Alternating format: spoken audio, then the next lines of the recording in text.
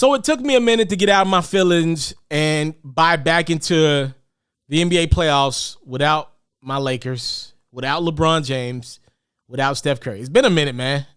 I read a stat. I think in 25 years, this is the first time we won't have, I think it's like the Lakers, Warriors, Spurs, or Heat in the finals. It's like 20-some years. So the NBA has been dominated by a few stars, a few teams, and pretty much none of that will be there this year. It took me a couple days to get out my feelings and say, look, man, there's some great basketball still being played by some incredible talents. And what's getting me excited more than anything is the play of Kevin Durant and Kawhi Leonard.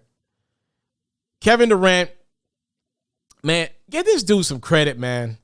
I've been critical of KD off the court, but I've never been disrespectful to that man on the court. One of the greatest scorers of all time, if not the. You know, his body's been breaking down on him, but when he can get to the court and when he's healthy and grooving and in a rhythm, oh my God. I mean, there's nobody in the NBA that can guard him. There's nobody in the NBA that can. Like, Jay Crowder held LeBron to some average games to LeBron's standard. There is nothing thrown at Kevin Durant today that can stop him. You're pretty much banking on him having an off night versus anything you can do defensively at this point in time. He is that damn good. And with James Harden out of the mix, to me, it gives Kevin Durant just the amount of room to flourish. Like, he's getting what he didn't get with Russell Westbrook with Kyrie Irving right now. Like, he's getting the ball enough. He's got enough room to kind of operate. He's got, with floor spacing because obviously Kyrie can shoot the Brock. He's loving it right now. And I'm loving watching it. Like, Kevin Durant is going to jump. If James Harden is out with this hamstring injury for quite some time, right? And let's say he missed the remainder of the playoffs, which I don't think that's the case, but let's just say he did. If KD and Kyrie go on win a ring this year, Kevin Durant is going to jump some people in that top players of all time conversation. That's all I will say. We'll talk about it more later. But it's been truly incredible to watch him. He's outplayed Giannis through 2 games so far. And we swing over out west here. Kawhi Leonard's about to get started. And look, they got the Utah Jazz in front of them. If Kawhi's able to have some of these performances that he had, because he goes over 40 points against the Mavs in Game 6. He could not miss in Game 6. On the road, he comes out and balls out. He wasn't missing in the second half of that ball game to propel his team to tie that series up at 3. Then he goes and drops 28 in Game 7. This is an important Game 7. He had some timely baskets. He started picking up Luka later in that series. And whatever he did, it worked. His team is in the second round of the playoffs. They got their hands full with the Jazz. We shall see what happens.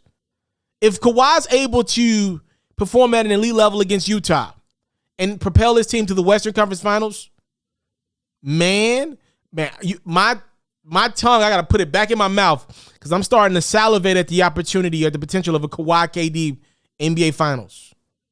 Now, that's LeBron's fans' worst nightmare because that means one of his arch nemesis is going to win a championship.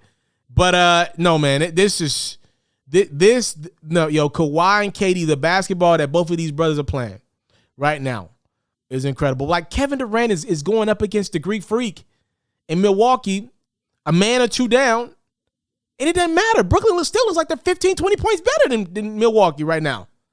Then when I look over at what Kawhi just did to Dallas, I know it was Dallas, I get it, but they could have lost that series. Luka is a bad matchup for the Clippers.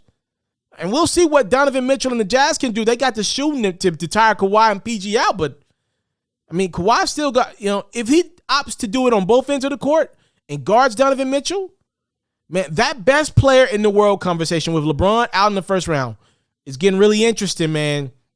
It's getting really interesting. If Giannis loses to KD in 4 or 5 games, I'll put Giannis behind LeBron, but then 1 and 2, Kevin Durant and Kawhi Leonard, whoever shows me more is who I'll have as the best player in the world going forward.